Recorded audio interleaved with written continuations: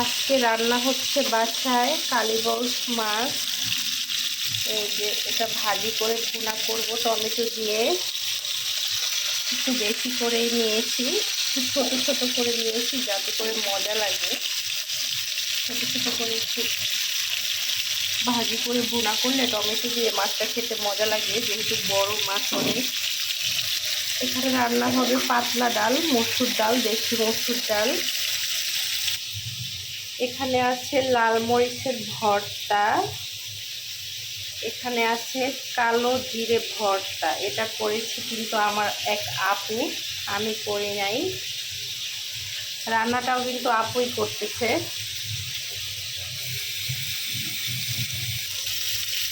তো আপনাদের সবার দাওয়াত, চলে আসবেন দাওয়াত খেতে।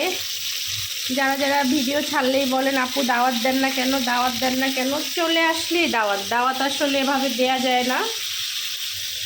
আপনারা চলে আসলে কি আপনাদেরকে তাড়ায় দিব এরকম কিছু না, চলে আসলেই দাওয়াত, ঠিক আছে?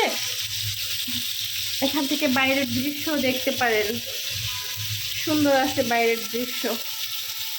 টাটা, বাই বাই, ভালো থাকবেন, রান্না বান্না দেখেন।